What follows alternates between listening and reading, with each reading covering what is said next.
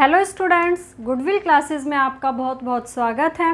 अब हम अपना इस चैप्टर को कंप्लीट करेंगे। ये है हमारा क्लास 11th का chapter number 4 organisation of data. इसके आप देख रहे हैं यहाँ पे क्वेश्चन नंबर ये 7 से अब हम स्टार्ट करेंगे। 1 से लेके 6 क्वेश्चन तक हम अपना पार्ट 1 में कंप्लीट कर चुके हैं। जिसने भी नहीं देखा है उसे ज़रूर कंप्लीट करें, उसको अच्छे से समझें, तब आपको ये और भी ज़्यादा क्लियर होगा। तो देखिए यहाँ पर जो क्वेश्चन नंबर अब 7 है, मैं आपको बस एक मीनिंग बता देती हूँ। ऑर्गेनाइजेशन जो हम चैप्टर कर रहे हैं इसका क्या मतलब होता है। जो हमारा डाटा होता है उसको अलग अलग ग्रुप्स में, अलग अलग कॉलम्स में इस तरीके से क्लासिफाई करना, इस तरीके से अपना जो डाटा है वो अरेंज करना कि कोई भी पर्सन अपना जो वो डाटा है उसको इजीली अंडरस्टैंड कर पाए और अपना कोई भी कंक्लूज़न निकाल पाए, उसको एनालाइज कर पाए। ठीक है, ये होता है ऑर्गेनाइजेशन। अब इसके अंदर क्वेश्चन नंबर 7 आता है, डिफाइन अ वेरिएबल। वेरिएबल क्या होते हैं, जिसको हिंदी में चर्बी बोला जाता है। वेरिएबल आपने सुना होगा। वेरिएबल का मतलब होता है कि जिस चीज़ को हम डिजिट में, न्यूमेरिकल में कन्वर्ट कर सकते हैं, शो कर सकते हैं, वो होते हैं वेरिएबल। जैसे अगर मैं ये कहूँ कि हमें ये देखनी है कि क्लास में सभी की इनकम कितनी है, तो जो इनकम होगी वो क्या होगी, आपकी न्यूमेरिकल वैल्यू में होगी। किसी के 20,000 है, किसी के 22 है, किसी के 25,000 है, तो वो एक न्यूमेरिकल वैल्यू है। तो वो क्या हो गया, हमारा एक वेरिएबल हो गया। ठीक है, तो वेरिएबल का मतलब है अ कैरेक्टरिस्टिक और a phenomena which is capable of being measured and changes its value over time is called a variable. ठीक है, जिसको हम मेज़र कर सकते हैं and change its value over time is called a variable. देखो for example बताया, if we measure the weight of students class 11th class के स्टूडेंट्स का हमें वेट मेज़र करना है, तो then the weight of the students will be called variable. तो जो उनका वेट होगा वो क्या हो जाएगा, एक वेरिएबल। क्यों? क्योंकि वो जो उनका वेट होगा 30 kg है, 25 kg है, तो वो क्या होगा, एक ये न्यूमेरिकल वैल्यू है, तो वो क्या हो गया, आपका वेरिएबल हो गया। ओके, नेक्स्ट आता है question number 8, state the types of variable. देखिए यहाँ पर आपको ये बहुत अच्छे से समझने की ज़रूरत है, क्योंकि ये जो चीज़ें हैं ये न्यूमेरिकल में बहुत हेल्प करेंगी आपकी। सबसे पहले बोल रहा है कि जो वेरिएबल है उसके कितने टाइप्स होते हैं, तो आप वेरिएबल में भी आइदर डिस्क्रीट और कॉन्टिन्यूस। तो इसके 2 टाइप्स हैं, एक डिस्क्रीट वेरिएबल होता है, एक कॉन्टिन्यूस वेरिएबल होता है। दोनों में क्या डिफरेंस होता है, डिस्क्रीट वेरिएबल वो वेरिएबल होते हैं जो वैल्यूज़ कंप्लीट बढ़ती हैं। जैसे 2 है, 2 के बाद 3 आ गया, 3 के बाद 7 आ गया, 7 के बाद 10 आ गया, मतलब जो कंप्लीटली बढ़ती हैं। ऐसे नहीं बढ़ती कि 2 है, 2 के बाद 2.1 हो गया, या 2.1 के बाद 2.5 हो गया, 3 हो गया, 3 के बाद 3.4 हो गया। ऐसे नहीं बढ़ती हैं, जो कंप्लीटली बढ़ती हैं उनको बोलते हैं हम डिस्क्रीट वेरिएबल। तो discrete variables are those variables that increase in jumps और इन कंप्लीट नंबर, जो जंप करती हैं कंप्लीट नंबर में। जैसे the number of students in class 11 could be, क्या हो, शुड बी, क्या हो सकते हैं, 1 2 3 10 15, ये सब हो सकते हैं, बट कैन नॉट बी 1:1/4। इस तरीके से नहीं हो सकते। 1:1/2, 1:1/3/4 इस तरीके से नहीं हो सकते। या जैसे P/Q की फॉर्म में जिसको हम बोलते हैं 4/3, इस तरीके से नहीं हो सकते। या आप ये कहें कि 5.1 या 5.2, इस तरीके से ये वैल्यूज़ नहीं हो सकती। जो ये जंप करेंगी ये कंप्लीटली जंप करती हैं। ओके, ऐसी होनी चाहिए ये वैल्यूज़। नेक्स्ट है कॉन्टिन्यूस वेरिएबल। क्या होते हैं, नेम से पता चला, कॉन्टिन्यूस वेरिएबल उसको बोलते हैं जो कंटिन्यू बढ़ते हैं, लगातार बढ़ते हैं। अब लगातार बढ़ेंगे तो ये पॉइंट में भी हो सकते हैं। जैसे अगर कोई वैल्यू 2 है तो लगातार बढ़ रही है, तो 2 के बाद 2.1 भी हो सकती है। ठीक है, तो variables that assume a range of values और increase not in jumps but continuously, मतलब ये जंप नहीं करती लेकिन कॉन्टिन्यूसली और in fractions are called continuous variable. मतलब ये लगातार भी बढ़ती है, फ्रैक्शंस में भी हो सकती है, तो उसको बोलते हैं हम कंटिन्यूस वेरिएबल। जैसे हाइट बताइए बॉयज़ की, ये 5 फीट 1 इंच, 5 फीट 2 इंच, इस तरीके से, ठीक है। या फिर रेंज में जो वैल्यूज़ होती हैं, जैसे ये तो हो गया 5 फीट, ये एक ही मैंने ऐसे एग्जांपल बताया, 2, 2.1, फिर 2.3, ऐसे भी हो सकती है। या फिर जो वैल्यूज़ कुछ रेंज में होती हैं, जैसे 10 to 15। अब ये 10 to 15 है क्या, ये देखिए थोड़ा सा बताती हूँ मैं आपको। जैसे आपकी क्लास में एक यूटी हुआ था, ठीक है, तो हमने ये देखना है 20 मार्क्स का यूटी हुआ था, तो उसमें जो बच्चों के मार्क्स आए थे वो कैसे आए हैं। तो हमने ये कुछ रेंज बना ली, हम ये देख रहे हैं कि 0 से 5 के बीच में कितने बच्चों के मार्क्स हैं। यहाँ पे हम लिख देंगे नंबर ऑफ स्टूडेंट्स, ठीक है। फिर 5 to 10 के बीच में, 10 to 15, 15 to 20, तो 20 मार्क्स का हुआ था, तो 20 मार्क्स के हमने एक रेंज बना ली कि 0 से 5 के बीच में टोटल कितने स्टूडेंट्स के मार्क्स थे, तो हमने देख लिया 4। 5 से 10 के बीच में कितने बच्चों के मार्क्स है, तो ये ले लिया 7, ये 3 हो गया। इस तरीके से मतलब हमने एक रेंज बना ली है। तो ये कॉन्टिन्यूस सीरीज़ का मतलब यही होता है, जो वैल्यूज़ फ्रैक्शंस में भी हो सकती हैं, पॉइंट में भी हो सकती हैं, ऐसे रेंज में भी हो सकती हैं, जो कॉन्टिन्यूस बढ़ती हैं, लगातार बढ़ती हैं, जंप नहीं करती, तो उसको बोला जाता है कॉन्टिन्यूस वेरिएबल, ठीक है। तो आपको ये क्वेश्चन क्लियर हो गया होगा दोनों सीरीज़ का। नेक्स्ट आता है आपका question number 9, what is mean by raw data.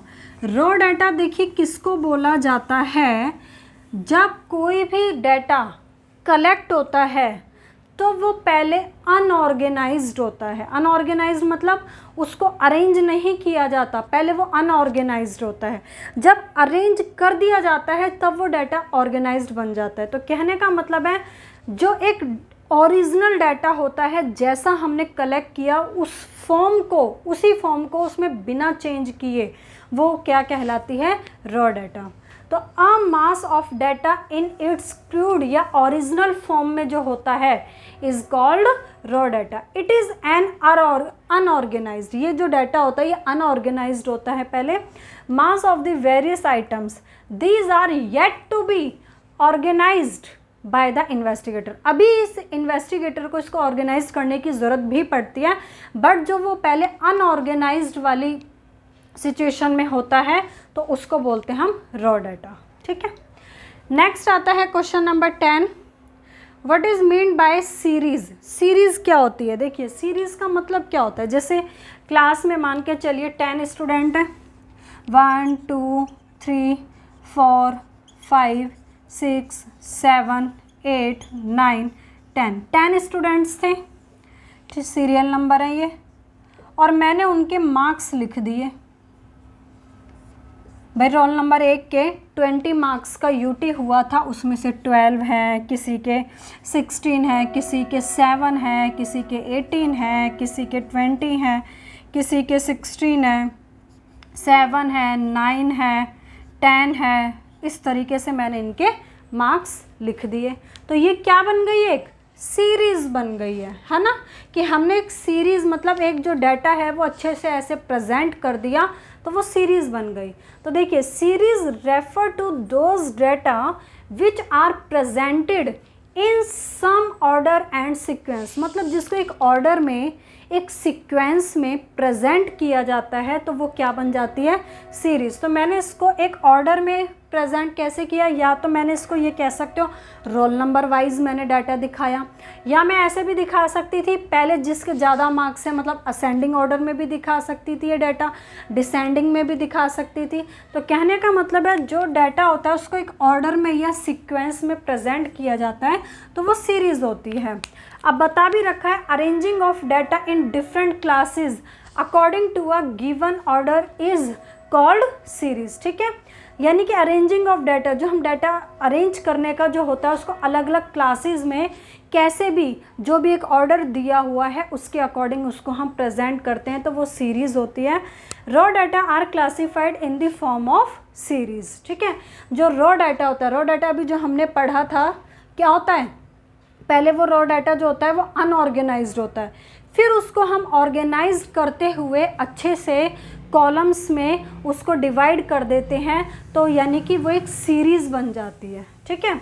For example बताया, दस यदि if the marks obtained by the students of class 11th are arranged according of their roll number. देखिए हमने क्लास 11th के बच्चों के मार्क्स ऐसे रोल नंबर के अकॉर्डिंग अरेंज कर दिए, या फिर ये भी कह सकते हो इन द डिसेंडिंग या असेंडिंग ऑर्डर में अरेंज कर दिए, तो जो वो डाटा होगा so arranged would be known as statistical series, तो वो क्या कहलाएगी, एक सीरीज़ कहलाएगी, ठीक है। चलिए नेक्स्ट आता है आपका क्वेश्चन नंबर 11। छोटी छोटी सी डेफिनेशन है, बहुत इजी है।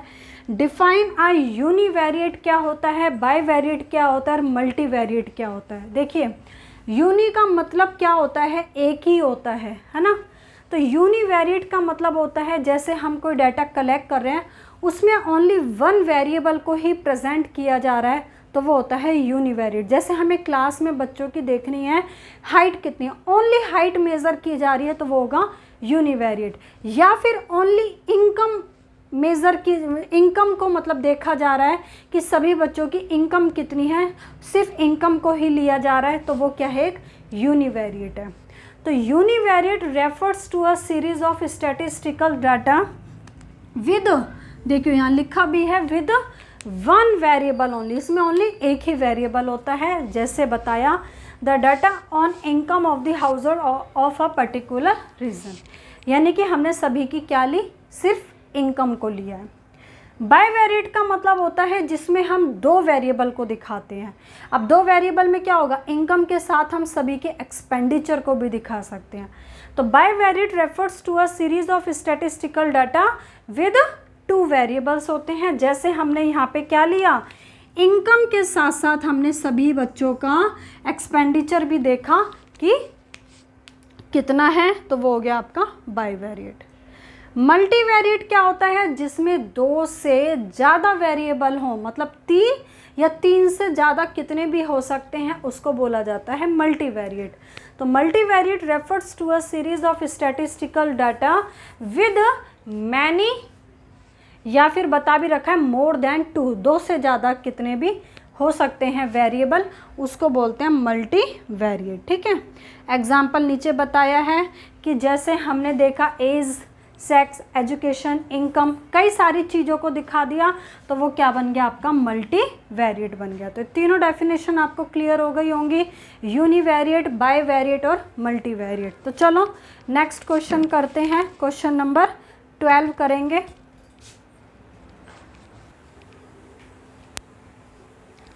अब इस क्वेश्चन नंबर 12 में क्या है, जो सीरीज़ हैं उसके टाइप्स बताए हुए हैं। Explain and illustrate various types of statistical series. जो स्टैटिस्टिकल हमारी सीरीज़ है वो कितने टाइप्स की होती है, ये बहुत अच्छे से समझना है आपको ये भी। तो देखिए इसको 2 पार्ट्स में डिवाइड किया गया है। पहला है इंडिविजुअल सीरीज़ एंड दूसरा है फ्रीक्वेंसी सीरीज़ डिस्ट्रीब्यूशन। ये 2 पार्ट्स हैं, और जो ये सेकंड है, सेकंड का ही ये फर्स्ट पार्ट है। चाहे आप इसको ऐसे लिख लें, ये हो गया नंबर 1, इसको काट के ये नंबर 2, और जो ये 2 है इस 2 के ही ये 2 पार्ट हैं, नंबर 1 एंड 2, ऐसे समझ लें, ठीक है। तो पहली है इंडिविजुअल सीरीज़, दूसरी फ्रीक्वेंसी सीरीज़ डिस्ट्रीब्यूशन। ये 2 टाइप्स की है, discrete series and frequency distribution. तो चलिए एक एक को बहुत अच्छे से हम डिस्कस करेंगे। सबसे पहले हम नंबर 1 देखेंगे इसके अंदर कि इंडिविजुअल सीरीज़ क्या होती है। देखिए नेम से ही पता चल रहा है यहाँ पर कि इंडिविजुअल सीरीज़ उसे बोला जाता है जिसमें इंडिविजुअली मतलब हर बच्चे के मेज़रमेंट को जो है अलग अलग शो किया जाता है, तो वो क्या हो जाता है, इंडिविजुअल सीरीज़। देखिए individual series are those series in which the जो आइटम्स आर लिस्टेड सिंगली, मतलब सिंगल सिंगल हम उनके मार्क्स को शो करेंगे। जैसे मान के चलिए क्लास में 10 बच्चे थे, तो 10 बच्चों के मार्क्स को हमने अलग अलग ही शो किया है। रोल नंबर 1 के इतने हैं, 2 के इतने हैं, 3 के इतने हैं। तो ये क्या बन गई है हमारी, ये इंडिविजुअल सीरीज़ ही बन गई है। अब इसको प्रेजेंट करने के तरीके होते हैं, जैसे इसको रोल नंबर वाइज भी दिखा सकते हैं, असेंडिंग ऑर्डर में दिखा सकते हैं, डिसेंडिंग में, बट सबके मार्क्स अलग अलग ही शो करेंगे। ठीक है। In these series there is no class of the items and also there is no frequency of the items। ये कह रहा है कि इंडिविजुअल सीरीज़ के अंदर में कोई क्लास नहीं होते हैं। क्लास मतलब इस तरीके से, जैसे 0 से 5, 5 to 10, इस तरीके से आपको नहीं देखने को मिलेगा जो ये लिमिट्स होती हैं, या इनकी कोई फ्रीक्वेंसी देखने को नहीं मिलेगी, मतलब ऐसा कुछ नहीं मिलेगा आपको। सिंपल ऐसा होगा, क्लास में 10 बच्चे हैं तो 10 बच्चों के मार्क्स को इस तरीके से शो कर दिया जाएगा। जैसे बता भी रखा है, if the marks obtained bye 30 students हैं क्लास 11th के, तो उनके मार्क्स को अलग अलग ही शो करेंगे, तो वो हो गई इंडिविजुअल सीरीज़। ठीक है। अब दीज सीरीज़ में बी प्रेजेंटेड इन 2 वेज, मतलब जो ये इंडिविजुअल सीरीज़ है इसको 2 तरीके से प्रेजेंट कर सकते हैं। तो ये भी इसके पार्ट बन गया, एक तरीके से इसका ए पार्ट कह लो कि भाई इसको 2 तरीके से शो करेंगे। पहला है अकॉर्डिंग टू सीरियल नंबर, मैंने आपको बताया ही है, सीरियल नंबर के अकॉर्डिंग अरेंज कर दिया। 1 वे, पहला है presenting an individual series is that all the items are arranged in a serial order. ठीक है। एग्जाम्पल ये बता रखा है भाई, सीरियल ऑर्डर का मतलब जैसे रूम के अकॉर्डिंग कर दिया, रोल नंबर वाइज कर दिया, कुछ भी आप एग्जाम्पल ले सकते हैं। ठीक है। नेक्स्ट आता है दूसरा जो तरीका मैंने अभी आपको बताया था शो करने का, वो क्या होता है, ये बी है, इसको कह सकते हैं असेंडिंग एंड डिसेंडिंग ऑर्डर में। तो द अदर वे, दूसरा तरीका क्या है, of presenting an individual series को प्रेजेंट करने का, असेंडिंग और डिसेंडिंग। अब असेंडिंग में कैसे करेंगे, असेंडिंग का मतलब क्या होता है, पहले सबसे छोटा नंबर, सबसे कम मार्क्स हैं 7, ऐसे हमने दिखाया 7 के बाद 7 अगेन रिपीट हो रहा है तो फिर 7 लिख दिया। 7 के बाद आया है 9 भी 2 टाइम्स है, लिख दिया। 10 1 टाइम है, लिख दिया। 10 के बाद 12 1 टाइम है। इस तरीके से हम इसको शो करेंगे, तो ये बन गया असेंडिंग ऑर्डर। ऐसे ही हम इसका डिसेंडिंग ऑर्डर भी दिखा सकते हैं। ठीक है। तो ये आपका कंप्लीट हो गया। अब आता है इसका नंबर 2, फ्रीक्वेंसी सीरीज डिस्ट्रीब्यूशन। तो फर्स्ट पार्ट कंप्लीट हो गया है हमारा इंडिविजुअल सीरीज। अब हम कर रहे हैं इसका सेकंड पार्ट।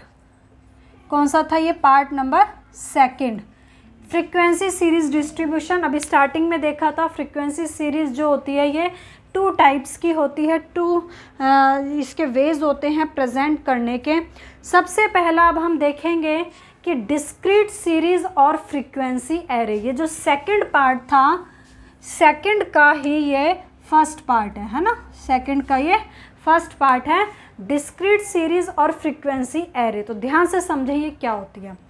देखिए, डिस्क्रीट सीरीज या फ्रीक्वेंसी एरे का मतलब होता है, अब यहाँ पर इसमें ये कॉलम एक तरीके से आपका नहीं रहेगा, सिर्फ ये कॉलम रहेगा और इसकी क्या बन जाएगी, फ्रीक्वेंसी बन जाएगी। जैसे मैं इसी को ले लेते हैं, हम एक काम करते हैं, हम दोबारा तैयार करते हैं यही वाला डाटा लेकर के। ठीक है।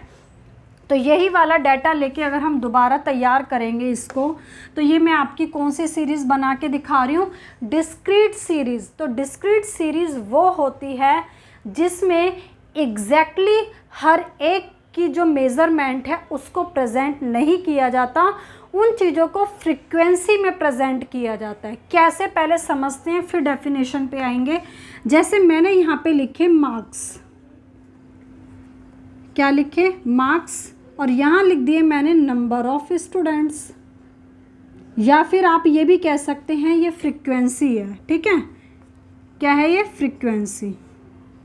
देखिए, सबसे पहले कितने मार्क्स हैं, हमने देखा 7 है, और 7 जो मार्क्स हैं वो कितने टाइम्स हैं, 2 टाइम्स हैं।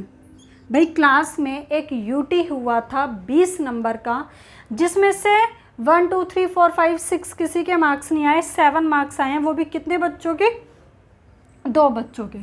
8 मार्क्स किसी का भी नहीं है। 9 मार्क्स 2 स्टूडेंट के हैं। 10 मार्क्स ओनली 1 स्टूडेंट का है। 10 के बाद आ गया 12 भी 1 का ही है, देख रहे हैं आप। 12 के बाद है 16 मार्क्स 2 बच्चों के हैं, और फिर 18 मार्क्स 1 बच्चे का है, और 20 मार्क्स भी 1 बच्चे का है। तो अब आप ये देख रहे हैं, ये मैंने क्या बना दिया है, डिस्क्रीट सीरीज़ बना दिया, जिसमें हर बच्चे के मार्क्स को अलग अलग नहीं शो किया है। भाई अगर क्लास में 7 मार्क्स 2 बच्चों के, तो हमने दिखा दिया 2 फ्रीक्वेंसी। एफ का मतलब है फ्रीक्वेंसी, और फ्रीक्वेंसी का मतलब ये हुआ कि जो 7 मार्क्स है वो 2 टाइम्स रिपीट हुआ है, मतलब 2 बच्चों के आए हैं। 9 मार्क्स 2 टाइम्स रिपीट हुआ है, मतलब 2 बच्चों के आए हैं। तो अ डिस्क्रीट सीरीज या फिर फ्रीक्वेंसी एरे क्या है, is that series in which data are presented in a way that exact measurements of items are clearly shown. मतलब एग्जैक्टली हम मेजरमेंट दिखा रहे हैं कि 7 मार्क्स आए हैं और एग्जैक्टली 2 बच्चों के आए हैं। 10 मार्क्स हैं, एग्जैक्टली 1 बच्चे का है। तो ये हमारी सीरीज़ होती है डिस्क्रीट सीरीज़। यहाँ पे एग्जैक्टली पता चल रहा है किसके मार्क्स कितने हैं। अब हम दूसरी रेडी करेंगे, फ्रीक्वेंसी डिस्ट्रीब्यूशन या कॉन्टिन्यूस सीरीज़, या उसको क्लास इंटरवल सीरीज़ भी बोला जाता है। ये क्या होती है, इसको रेडी करते हैं। देखिए, ये वो होती है जिसके अंदर एग्जैक्टली मेजरमेंट नहीं होती। यहाँ तो पता चल रहा है कि 1 2 3 4 5 6 तो है ही नहीं किसी के मार्क्स, 7 मार्क्स हैं 2 बच्चों के हैं। यहाँ पे ये भी पता चल रहा है कि 8 मार्क्स किसी का भी नहीं आया, 9 मार्क्स आए हैं 2 बच्चों के, ऐसे हमें पता चल रहा है। बट इसके अंदर, इस सीरीज़ के अंदर क्या होता है, फ्रीक्वेंसी डिस्ट्रीब्यूशन या कॉन्टिन्यूस सीरीज़ वो होती है जिसमें जो चीज़ होती है वो रेंज में दिखाई जाती हैं। जैसे देखो, मैं यहाँ बनाती हूँ, ये इधर मैंने क्या लिखे, मार्क्स, और इधर मैंने लिख दी उनकी फ्रीक्वेंसी। अब कैसे बनाऊंगी, पहले मैंने ये किया, मैंने देखा क्लास में 0 से लेके 5 तक मार्क्स कितने बच्चों के हैं, ऐसे मैंने रेंज बना दी। 5 से 10 तक कितने हैं, 10 से 15, 15 से 20, ये बन गई रेंज। मतलब यहाँ पर मैंने ये सीधा ये एग्जैक्टली नहीं लिखा कि 7 मार्क्स इतने के हैं, 9 नहीं, मैंने ये ले लिया कि 0 से 5 के बीच में जितने भी बच्चों के नंबर हैं उतने बच्चों के नंबर, उतने स्टूडेंट्स मैं यहाँ लिख दूँगी। अब किसी का नंबर 0 भी हो सकता है, किसी का 1 भी, किसी का 2 भी, किसी का 3 भी, किसी का 4 भी। ध्यान रहे, जिसके भी अगर 5 मार्क्स होंगे तो 5 इसमें इंक्लूड नहीं होगा, वो नेक्स्ट वाले में इंक्लूड होगा। यहाँ पे सिर्फ हम इंक्लूड जो करेंगे वो ओनली 0 से लेके 4 तक ही ऐड करेंगे।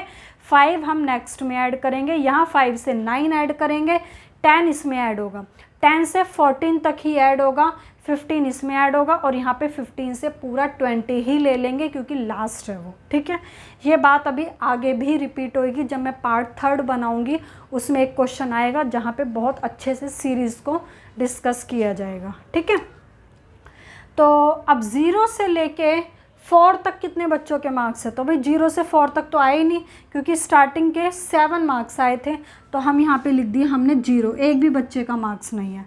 अब हम ले रहे हैं 5 से 10 के बीच में कितने बच्चों के मार्क्स हैं, तो 5 से 10 के बीच का मतलब ये हुआ कि 5 के बाद ही आता है ना 7, और हमें कहाँ तक लेना है, 9 तक लेना है क्योंकि 10 नेक्स्ट में इंक्लूड है। तो ये ले लिए, तो 2 और 2 4, तो हम ये कहेंगे 4 स्टूडेंट हैं। अब आप एक चीज़ ये देख रहे हैं, ये तो हमें पता चल गया कि 5 से लेके 9 तक जो मार्क्स हैं वो 4 बच्चों के हैं, लेकिन एग्जैक्टली मेज़रमेंट नहीं है यहाँ पर। अब किसी का वो 5 भी हो सकता है मार्क्स, या चारों के 5 हो सकते हैं, या किसी के 6 हो सकता है, किसी का 9 हो सकता है, या एक के 5, एक के 6, एक के 7, एक के 8, इस तरीके, तो कैसे भी हो सकते हैं। बट यहाँ एग्जैक्टली हमें पता चल रहा था कि 6 मार्क्स किसी का नहीं था, 7 मार्क्स 2 के थे, 8 किसी का नहीं था, 9 2 के थे। तो यहाँ पे यही फ़र्क है दोनों में, यहाँ एग्जैक्टली पता चलता है बट यहाँ पे पता नहीं चलता है। आगे आ जाओ, 10 से 15 के बीच में कितने बच्चों के मार्क्स है, तो 10 यहाँ से स्टार्ट है, एक ये, दूसरा ये, और ये वाला ऐड 16, जिसके नंबर 16 हैं उसको नहीं लेंगे क्योंकि 16 तो इसमें आएगा। तो कितने बच्चे हुए यहाँ पे, 2। अब 15 से 20 के बीच में कितने बच्चों के मार्क्स हैं, 1 2 3 बच्चे हैं, तो ये मैंने आपकी कौन सी सीरीज़ रेडी की है, फ्रीक्वेंसी डिस्ट्रीब्यूशन। तो देखिए अब डेफिनेशन आपको समझ आएगी। It is that series in which items can not be exactly measured, जिसमें एग्जैक्टली मेजर नहीं होता है आइटम्स का। जो आइटम्स होती हैं assumed a range of values, values जो होती है उनकी एक रेंज में होती है, and are placed within the range और लिमिट्स, मतलब ये लिमिट्स होती हैं, ये होती है लोअर लिमिट, ये होती है अपर लिमिट, ये लोअर अपर ऐसे होती हैं। तो the range is called class interval. जो रेंज है ना ये 0 से 5, ये इन्हीं को क्लास इंटरवल ही बोला जाता है। हम ये कहेंगे 0 से 5 एक क्लास इंटरवल है, 5 से 10 ये क्लास इंटरवल है। ओके, तो ये थी भाई आपके सीरीज़ के जो टाइप्स थे, 2 टाइप्स थे। एक था आपका जिसमें इंडिविजुअल सीरीज़ को हमने डिस्कस किया, और दूसरा था आपका डिस्क्रीट सीरीज़ को डिस्कस किया, जो कि ये भी 2 टाइप्स की थी। ठीक है, तो नेक्स्ट क्वेश्चन नंबर जो 13 है स्टूडेंट्स, हम इसको नेक्स्ट वीडियो में कंप्लीट करेंगे। डिफाइन कुछ डेफिनेशंस हैं छोटी छोटी, और एक क्वेश्चन नंबर 14 है जिसमें सारी सीरीज़ बता रखी हैं, कितने टाइप्स की सीरीज़ होती हैं, जो न्यूमेरिकल में आपको बहुत ही ज़्यादा हेल्प करेंगी। तो अगर यहाँ तक आपको कोई भी प्रॉब्लम है तो आप कमेंट सेक्शन में पूछ सकते हैं। Okay, thank you.